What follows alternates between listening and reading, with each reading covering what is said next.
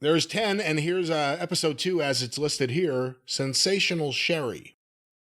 And I will be involved in this one. And this is one that, obviously it hurts to hear the story that, Sherri, everybody loved Sherri and she was so talented, but there was several issues and she was gone too soon. So this one will be one that I'm looking forward to, just to get her story told and get some of the footage. If people are watching wrestling footage of Sherri Martel with modern eyes now, she would be by far, along with Rhea Ripley. I mean, you could main event Rhea Ripley and Sherri Martel at WrestleMania compared to the rest of the female roster these days. The intensity and the fucking She was always presented strong. Yeah. Even though she was aligned with guys like Randy Savage, DiBiase, Shawn Michaels, until maybe Shawn Michaels, she was always presented as being strong and dominant.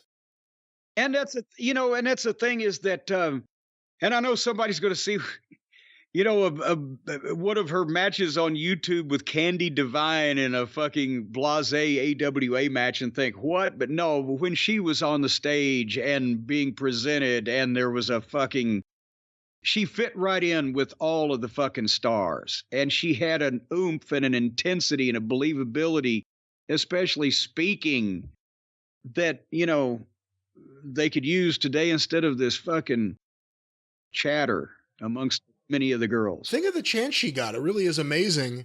When Hogan and Savage break up and Elizabeth goes with Hogan, but she's not really going on the road or anything. She makes a few appearances with the baby faces, but she's not with Randy Savage anymore. Sherri gets that spot.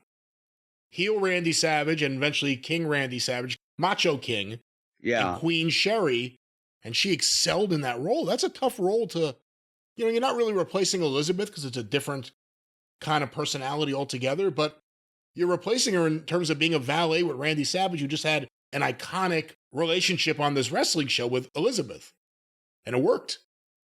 Well, because you actually finally got to see the female part of the equation do something.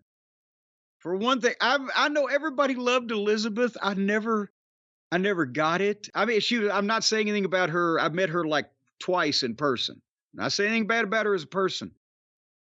But the whole fucking just stand there with the doe eyes and stare. That's what it was. It was the damsel in distress. Everyone could picture themselves saving her from that mean Randy Savage like George Steele tried to do. I wouldn't have risked my fucking neck. Now, if Sherri was in trouble, I'll help her. But